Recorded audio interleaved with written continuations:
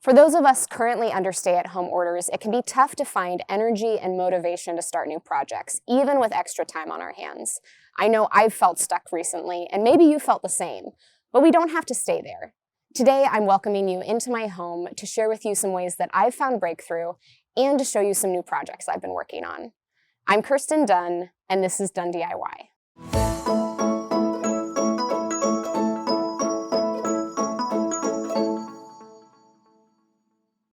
For me, the big challenge during this time is that I have lots of inspiration for projects to start, but when it comes down to it, I lack the motivation.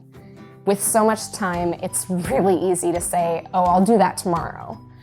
My solution for this, and my solution for you if you struggle with procrastination, is to make a list of all of the things that you want to do.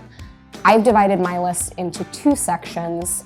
The one section is fun projects that I enjoy start to finish, and the other section is more of tasks that I would do around my house. Things that make me feel really productive and successful when I do them. And every morning I sit down with this list and I look at the two columns and I see what I have motivation for.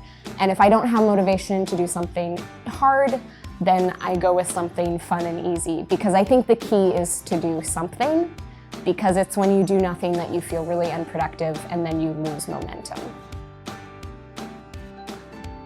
This was one of my fun and easy projects to give myself a little bit of momentum.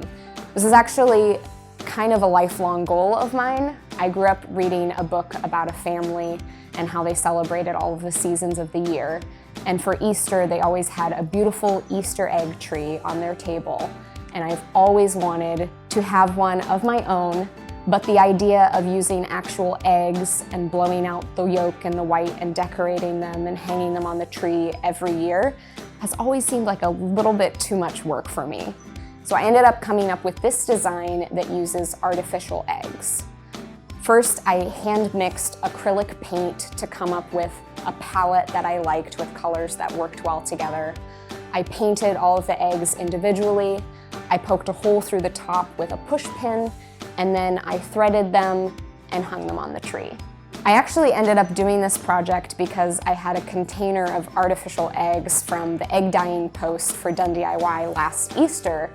So those were sitting around my house, and I finally turned them into this beautiful project, and I'm so happy with it. It was really simple, and now I can repurpose it and reuse it for years to come.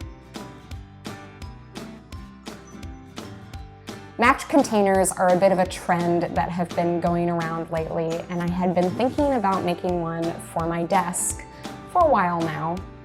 Every time I sit down at my desk and light my candle, I toss around design ideas in my head.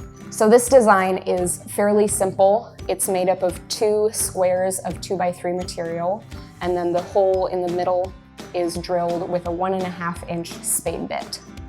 Now, the two design elements that I really like about this project is that I sanded down the edges to a curve to match the manufacturer's curve, which creates this nice beveled effect between the two pieces.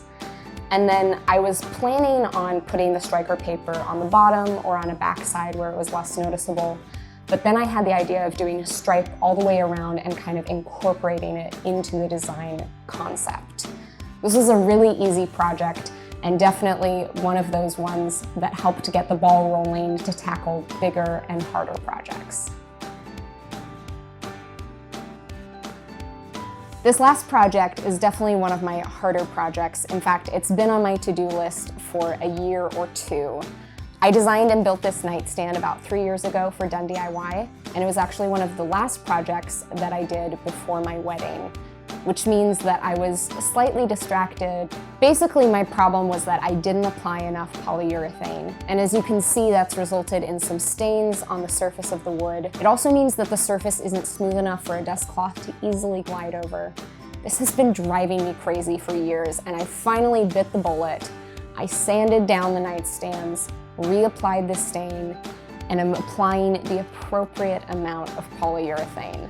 I want to have these nightstands for many years to come, and I finally feel that I've given them the time and effort they deserve. I hope this video helps your motivation and gives you inspiration for some fun projects you can do at home. If you need any materials, your local Dunn Lumber store offers free curbside pickup as well as a $40 flat delivery fee. Happy DIYing!